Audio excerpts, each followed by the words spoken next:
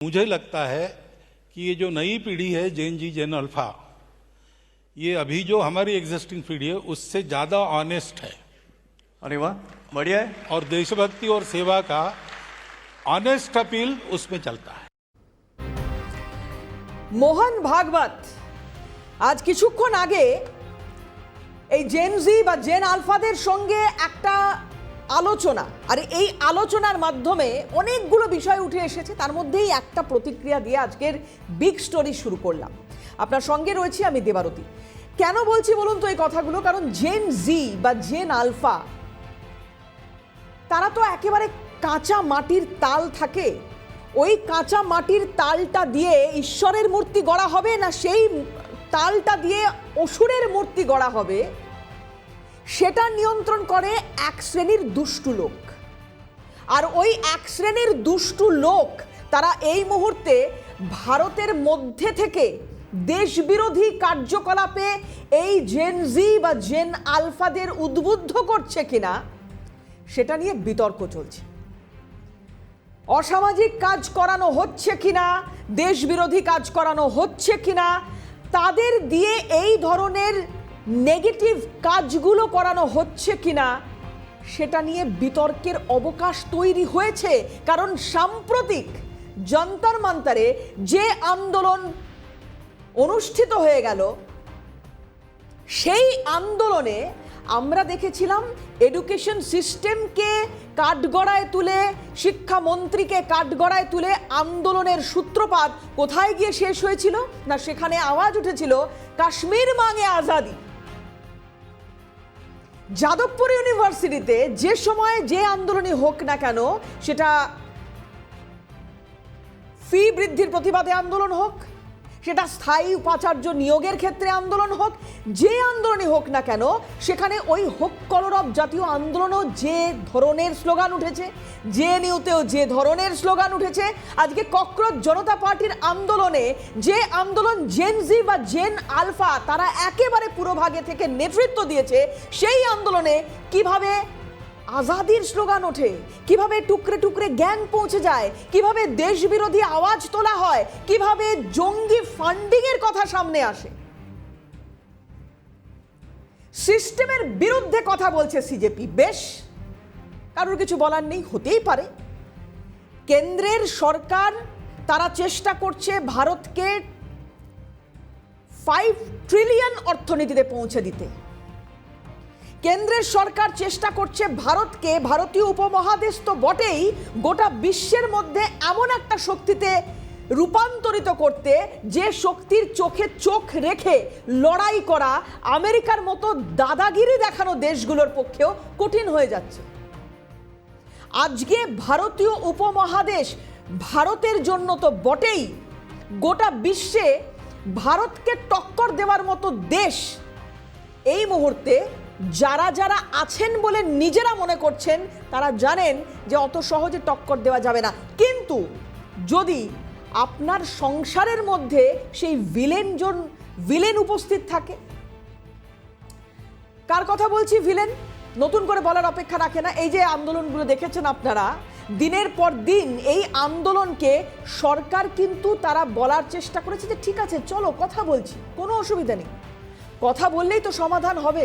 এই জেন জিদের, জেন আলফাদের যারা পথ দেখাচ্ছে, বলা ভালো বিপথ দেখাচ্ছে, তাদেরকে তো সঠিক পথে আনতে হবে। এই জেন জিদেরকে যারা, আমি আবার বলছি, কাঁচা মাটির তাল, তাদেরকে দিয়ে যদি ঈশ্বরের মূর্তি গড়তে হয়, তাহলে তো এমন শক্তি প্রয়োজন, এমন অভিভাবক প্রয়োজন, এমন মাথার উপর ছাদ প্রয়োজন যে যারা সঠিক পথ দেখাবে। যখন নরেন্দ্র মোদী ইনস্টাগ্রামে এই বক্তব্য রাখছেন, বিরোধী রাজনৈতিক দলগুলোর গায়ে জ্বালা লাগছে।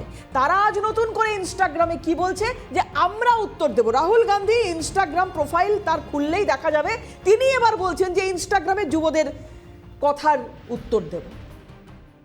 আজকে মনে হলো আপনার, আমি একটা পরিসংখ্যান এখানে একটু আপনাদের সামনে তুলে ধরতে চাইবো। আজকে আপনার মনে হচ্ছে রাহুল গান্ধী কিন্তু 2021-এর একটা পরিসংখ্যান রাজ্যসভায় দাঁড়িয়ে কেন্দ্রের মন্ত্রী জিতেন্দ্র সিং যে কথা পেশ করছেন 2007-08-এর কথা বলছি, 2007-08 থেকে 2013-14 যে সময় ইউপিএ অর্থাৎ আপনাদের গভর্নমেন্ট সরকার চালিয়েছে, 6,19,027টি শূন্য পদ আপনারা পূরণ করেছিলেন বা চাকরি দিয়েছিলেন। সোজা কথা, staff selection commission, union public service commission, railway recruitment board. Modi জামানায়, আমি ওই 2021-এ দাঁড়িয়ে ওই নিরিখে যদি আলোচনাটা করি, মোদি সরকারে গত সেই সময় দাঁড়িয়ে 7 বছরের কর্মসংস্থানের পরিসংখ্যানে ছিল 6,98,011 জন। আপনাদের আমলে ছিল 6,19,000, মোদির আমলে হচ্ছে 6,98,000। 2020 সালের মধ্যে অনুমোদিত পদ বেড়েছে 40,04,941, যেখানে 2014 সালে ইউপিএ সরকারের আমলে সংখ্যা ছিল 36 লাখের কিছু বেশি। আপনারা বলছেন আপনারা জেনজির সঙ্গে, আপনারা বলছেন আপনারা যুবদের সঙ্গে, অথচ পরিসংখ্যান সে কথা বলছে না। আজকে আপনি ইনস্টাগ্রামে ভাইরাল হতে চাইছেন রাহুল গান্ধী। যাক, যে কথা বলছিলাম, অভিভাবক দরকার, না হলে এই রাহুল গান্ধী বা আর যারা যারা ফান্ডিং করছে এই ধরনের আন্দোলনকে, জঙ্গি ফান্ডিং করছে, যে জঙ্গিরা ফান্ডিং করার চেষ্টা করছে, এই যে কিছুদিন আগে আপনাদের মনে থাকবে যে হামিম মণ্ডল, সে নাকি ওই ককরোচ জনতা পার্টির আন্দোলনে পৌঁছে গিয়ে নাশকতা চালাতো, তার মানে সে সেই সাহসটা পায় যে ওই আন্দোলনে থেকে পুলিশের পোশাক পরে গেলে ওই আন্দোলনের যারা আন্দোলক রয়েছেন তাদের সঙ্গে মিশে যাওয়া যায়, সেটা হামিম বুঝতে পেরেছিলেন। যাই হোক, সেটা আলাদা কথা, কিন্তু অভিভাবক প্রয়োজন, আর সেই অভিভাবকের কাজটা যদি আজকে মোহন ভাগবত করে থাকেন, আজকের এই মিটিং এবং প্রিপেয়ার্ড না হওয়া প্রশ্নের উত্তর যখন মোহন ভাগবত দিচ্ছেন, সঞ্চালক একজন জেনজি, এই যে দেখুন, সঞ্চালকও একজন জেনজি, এই জেনজির একেবারে সরাসরি চোখে চোখ রেখে করা প্রশ্ন, কোনো রকম মেদহীন প্রশ্ন যখন সরাসরি মোহন ভাগবতকে করা হচ্ছে, তখন মোহন ভাগবতের উত্তর, আমরা কি দেশবিরোধী শক্তি? জেনজির সঙ্গে এইটা ট্যাগিং করে দেওয়া হয়েছে বলে এই সঞ্চালক অভিযোগ করছেন যে আমাদের খারাপ লাগছে শুনতে যে আমাদের দেশবিরোধী শক্তির সঙ্গে তুলনা করা হচ্ছে, আমাদের এই আন্দোলনের পেছনে দেশবিরোধী শক্তি রয়েছে। সরাসরি প্রশ্ন মোহন ভাগবতকে, কি উত্তর মোহন ভাগবতের দেখুন। अब कॉन्स्टिट्यूशन हमको जिन्होंने दिया, डॉक्टर बाबा साहब आम्बेडकर का, अगर 2 स्पीचेस हमने पढ़ लिए तो ये कैसे करना क्या करना उसका उसमें इंडिकेशन है, वो देखना चाहिए। और हम लोगों को भी ऐसा देखना चाहिए कि अगर जेनजी चिल्ला रही है तो विरोध के लिए नहीं चिल्ला रही, कुछ तकलीफ है इसलिए चिल्ला रही। बिल्कुल, उसको ठीक करना चाहिए। एजिटेशन जो होना है वो आपके खिलाफ या मेरे खिलाफ न होकर वो सिस्टम करेक्शन के लिए होना चाहिए, करेक्ट। तब सब ठीक रहता है। तो इसमें आप मानेंगे कि संवाद यदि पहले से ही शुरू हुआ होता तो ये बाद में विषय ज्यादा ऊपर जाता ही नहीं? जो नहीं होना चाहिए वो जब होता है तो कहीं ना कहीं इसमें चूक हो जाती, तभी होता है। किसकी है क्या है ये अलग बात है, लेकिन कमी तो रही है, ঠিক হয়ে যায়গি। যে কোনো গণতান্ত্রিক দেশের ছাত্র আন্দোলন একটা নির্দিষ্ট কোনো রকম না পাওয়া বা অপ্রাপ্তি থেকে তৈরি হয়, এবং বিশেষ করে বা বেশিরভাগ ক্ষেত্রে দেখা যায় সেই সমস্ত আন্দোলনে একেবারে প্রথম সারিতে যা থাকে তা হচ্ছে এডুকেশন সিস্টেম। সিজেপির আন্দোলনে এডুকেশন সিস্টেমের বিরুদ্ধে অনেক রকমের বিষোদ্গার ছিল। এরা সংবিধান প্রণেতার কথা বলছে, গণতান্ত্রিক ধর্মনিরপেক্ষ ভারতের কথা বলছে, তাদের কথা অনুযায়ী এই মুহূর্তে এই যে যা যা ক্রাইটেরিয়ার কথা তারা বলছে সেগুলো ভারতে নেই, ধরে নিতে হবে। তাহলে তারা কি করে প্রতিষ্ঠা করবে? তার মানে গণতান্ত্রিকতা, ধর্মনিরপেক্ষতা ভারতবর্ষের বুকে যদি এগুলো না থাকে তাহলে তারা কিভাবে এগুলোকে প্রতিষ্ঠিত করবে? রাজনীতির পথে না গিয়ে, রাজনীতি না করে, বা ধরুন আরো স্পষ্টভাবে যদি বলি যে ভোটে অংশগ্রহণ না করে কিভাবে সিস্টেমটাকে বদলানোর কথা বলছি। তারা তো নিজেদের কর্মসূচি ঠিক করেছে, সিজেপির তরফ থেকে আজ একটা প্রেস কনফারেন্স করা হয় এবং সেখানে খুব স্পষ্টভাবে তারা আগামী দিনে কি করতে চাইছে সেটা বলছে। আমি সেটা শোনাবো আপনাদের কি বলা হচ্ছে সিজেপির তরফ থেকে। কিন্তু আমার যেটা প্রশ্ন সেটা হচ্ছে যে এটা তারা প্রতিষ্ঠিত করবে কি করে? আমি ধরে নিলাম, আমি সিজেপির কথা অনুযায়ী ধরে নিলাম যে কিচ্ছু নেই ভারতবর্ষে, এই মুহূর্তে যুবদের কথা কেউ ভাবছে না, যুবদের যা যা দাবি সেগুলো কেউ মানছে না, যুবদের সমস্যাগুলো নিয়ে কেউ কথা বলছে না, আওয়াজ তুলছে না, আমি সব কিছু মেনে নিলাম। কিন্তু এগুলো নিয়ে যারা আওয়াজ তুলছে অর্থাৎ সিজেপি, ককরোচ জনতা পার্টি, আপনারা কিভাবে যুবদের এই সমস্যার সমাধান করবেন? পার্লামেন্টারি ডেমোক্রেসি, সেখানে আপনারা প্রবেশ না করে, সরাসরি রাজনীতিতে প্রবেশ না করে সিস্টেম কি করে বদলাবেন ভাই? কি করে বদলাবেন? কি বলছেন সিজেপির শীর্ষকর্তা, দেখুন কি বলছেন। तो मुझे आप सभी लोगों को बताते हुए खुशी हो रही थी कि कई सारे लोग हमें मैसेजेस कर रहे थे, मैसेजेस कमेंट्स पर पूछ रहे थे कि आगे क्या करोगे, आगे क्या करोगे। तो उस पर हम एक अनाउंसमेंट करने जा रहे हैं। सितंबर के महीने में कॉकरोच जनता पार्टी एक नेशन वाइड कैंपेन शुरू करने जा रही है। ये एक तरीके का नेशन वाइड टूर होगा हमारा। इस कैंपेन का नाम होगा क्या बोलती पब्लिक, क्योंकि अभी जो ज़रूरत है वो पब्लिक की बात होने का ज़रूरत है। पब्लिक को अपनी बात रखनी पड़ेगी, पब्लिक की आवाज़ सुनने का वक्त आ चुका है अब। और अगर आप पब्लिक की आवाज़ नहीं सुनोगे तो पब्लिक ये सड़कों पर उतरेगी। तो इसलिए हमने जो डिसाइड किया है, क्योंकि हम वो गलती दोहराना नहीं चाहते जो आज तक इन बाकी लोगों ने दोहराई है। जंतर मंतर का जो हमारा एक्सपीरियंस रहा है, जो हमें समझ में आया है, वो ये रहा है कि इन लोगों का जो कोर फ्रस्ट्रेशन है, ये जो जेनजी है, इनका कोर फ्रस्ट्रेशन ये है कि इन लोगों को डिसमिस किया जाता है, इन लोगों को इग्नोर किया जाता है, इन लोगों से कोई बात नहीं करता, इन लोगों से कोई पूछता नहीं है कि आपकी एक्सपेक्टेशंस क्या है, आपकी प्रॉब्लम्स क्या है, आपके सपने क्या है, इस देश को लेकर आपकी क्या उम्मीदें हैं, क्या होप्स है, ये कोई पूछता नहीं। तो हम वो गलती दोहराना नहीं चाहते हैं।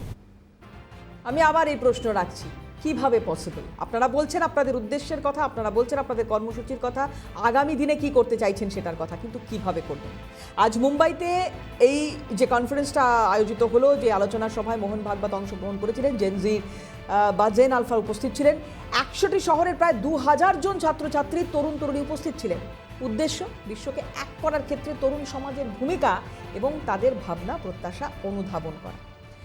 পূর্বক্ষেত্রের যিনি এই আরএসএসের সঙ্গে যুক্ত বা পূর্বক্ষেত্রের যিনি প্রধান প্রচারক জিষ্ণু বসু, তার সঙ্গে আমরা কথা বলেছিলাম। তিনি এই আজকের যে এই আলোচনাটা, এটার কি উদ্দেশ্য? এরা কি বিপথে চলে যাচ্ছে? যদি বিপথে চলে যায় তাহলে এদের কথা শোনার কি কেউ নেই?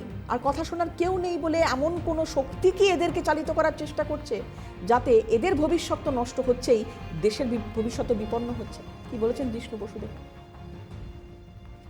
জন্মকে দিয়ে এই যে কালচারাল মার্কসিজমের আমাদের দেশকে টুকরো টুকরো করার পরিকল্পনা, এটা তো শুধু বাহানা। এটা এই রেজাল্টের জন্য একটা বাহানা, কখনো সিএ এর বিষয়ে একটা বাহানা, কোনো না কোনো বাহানা প্রতি বছরই থাকবে। এদের মূল উদ্দেশ্য, এরা ভারতীয় গণতন্ত্রের বিপক্ষে। তাই যুব প্রজন্ম, আমার বাড়ির বাচ্চাদেরকে আমরা তাকে যদি বোঝাতে পারি যে এরা মূলত গণতান্ত্রিক ভারতবর্ষের বিপক্ষে, এটা বুঝছেন, তারা এরকম নয় যে তারা বোঝে না। তাই এই যে আমাদের দেশের গণতান্ত্রিক ভারতবর্ষের বিপক্ষে যে কাজ, এটা তো প্রতিনিয়ত চালাচ্ছি। তাতে কোনো না কোনো একটা বাহানা, এবছর রেজাল্ট এটা একটা বাহানা ছিল, কোনো বছর সিএ বাহানা থাকবে, কিছু না কিছু বাহানা প্রতি বছরই থাকবে। সেটা বাহানার উপরে গুরুত্ব দিয়ে খুব লাভ নেই। আসল গুরুত্ব দেওয়ার কথা হচ্ছে যে এই যে চক্রান্ত চলছে, সেই চক্রান্তের জন্য আমাদের সমাধান দরকার। যে চক্রান্তের কথা হচ্ছে বা যে আশঙ্কার কথা আমরা ভাবছি বা বলছি, দেশ মা আর এই নেশন ফার্স্ট কনসেপ্টে যারা বিশ্বাসী, যারা মনে করেন যে এইভাবে যদি ভুল বোঝানো হয়, যদি কোনো রকম নেগেটিভিটি ছড়ানো হয় এই জেনজি বা জেন আলফার মধ্যে, তাহলে দেশ বিপন্ন হবে। দেশ থাকলে সব থাকবে, দেশ না থাকলে এই আন্দোলন, মানুষের জন্য করা ভাবা, এই কিচ্ছু থাকবে না। যা সিজেপি বলছে তাদের আগামী দিনের এই আন্দোলন সম্পর্কে বা আন্দোলনের রূপরেখা সম্পর্কে, সেটা তখনই হবে যখন এই দেশ একত্রীভূত থাকবে। এডুকেশন সিস্টেমে গলদ নিয়ে আন্দোলন চলছে আরও একটা জায়গায়, ঝাড়খণ্ড। একের পর এক পরীক্ষায় অনিয়ম, গত 2 বছর ধরে চরম নৈরাজ্য চলছে ঝাড়খণ্ডে, এমনটাই অভিযোগ উঠছে। অবশেষে পথে নেমেছেন এখানকার ছাত্র সমাজ। তারা বলছেন যে কোনো মূল্যে আমরা কথা বলবো। মোহন ভাগবত যখন এই আলোচনায় অংশগ্রহণ করেছেন, তখন তিনিও একটা কথাই বলছেন যে আলোচনা, আপনাদের শোনালামও সেই প্রতিক্রিয়া, যে আলোচনা সবার আগে দরকার। যদি আলোচনা হতো, যদি আলোচনায় রাজি হতেন সিজেপির যারা কর্মকর্তা রয়েছেন, ভুল পথে আন্দোলনটাকে চালিত না করে যদি সঠিক পথে থেকে এই আন্দোলনের উদ্দেশ্য, ধর্মেন্দ্র প্রধানের পদত্যাগই উদ্দেশ্য, আমি যদি ওই একটা উদ্দেশ্যতেই স্টিক করে থাকি তাহলে তো আমি আলোচনায় বসবো। এইরকম জঙ্গি আন্দোলনের কারণ কি, এইরকম জঙ্গি আন্দোলনের প্রয়োজন কেন হলো, এগুলো উঠবে। আর ঠিক সেরকমই দেখুন ঝাড়খণ্ডে চলছে, এরাও কিন্তু কথা বলতে চাইছে, এরাও চাইছে আলোচনা হোক। আর শেষ পর্যন্ত হেমন্ত সোরেনের পদত্যাগ যখন এরা চাইছেন তখন হেমন্ত সোরেন নিজেই রাজি হয়েছেন যারা আন্দোলনকারী রয়েছেন তাদের সঙ্গে কথা বলতে। ককরোচ জনতা পার্টিও কিন্তু দেখুন এই আন্দোলনে তাদের পাশে রয়েছে, সমর্থনের কথা বলছে। আপনারা সমর্থন করতে পারেন, যদি দাবি জাস্টিফাইড হয় ডেফিনেটলি সমর্থন করুন, আন্দোলন গড়ে তুলুন। একটা সুস্থ গণতন্ত্রে শাসক থাকবে, বিরোধী থাকবে, কণ্ঠস্বর, বিরোধী কণ্ঠস্বর ভীষণ প্রয়োজন, বিরোধী পরিসরের এই কণ্ঠস্বর ভীষণ প্রয়োজন। গণতন্ত্র দেশে আছে, এটাতেই তো প্রতিষ্ঠিত হয়। আজকে সিজেপির এই আন্দোলন বা আজকে সিজেপির এই ধরনের আন্দোলনগুলোর পাশে থাকা, এই সমস্ত কিছু ডেফিনেটলি প্রয়োজন আছে। কিন্তু আমি আবার বলবো যে কারা করছে এই আন্দোলনটাকে ভুল পথে চালিত। আজকে যখন বিরোধী রাজনৈতিক দল যারা একটা মাত্র ছিদ্র খোঁজার চেষ্টা করে, শাসকের একটা মাত্র ছিদ্র খোঁজার চেষ্টা করে, তখন সেই ছিদ্র দিয়ে এরা ঢুকে কি সর্বনাশ করতে পারে, এই দেশকে 2 টুকরো 3 টুকরো 4 টুকরো 5 টুকরো করতে পারে, সেটার নিদর্শন, সেটার নমুনা হয়তো এবার বেঁচে গেল, হয়তো আমাদের সেই দিন দেখতে হলো না। আজকে বিগ স্টোরি শেষ করতে করতে মোহন ভাগবতের আরও একটা প্রতিক্রিয়া আপনাদের শোনাবো, হওয়া উচিত এটা দেখুন। के बाद नहीं होता तो क्या करना, बात की बात है। और मेरा अनुभव ऐसा है जेनजी के बारे में, हम लोग जेनजी की आयु में थे तो हमारी पीढ़ी का स्वभाव ऐसा था कि बड़े जो कहते थे वो मान लेते थे, हम क्वेश्चन नहीं करते थे। तो उस समय की परिस्थिति।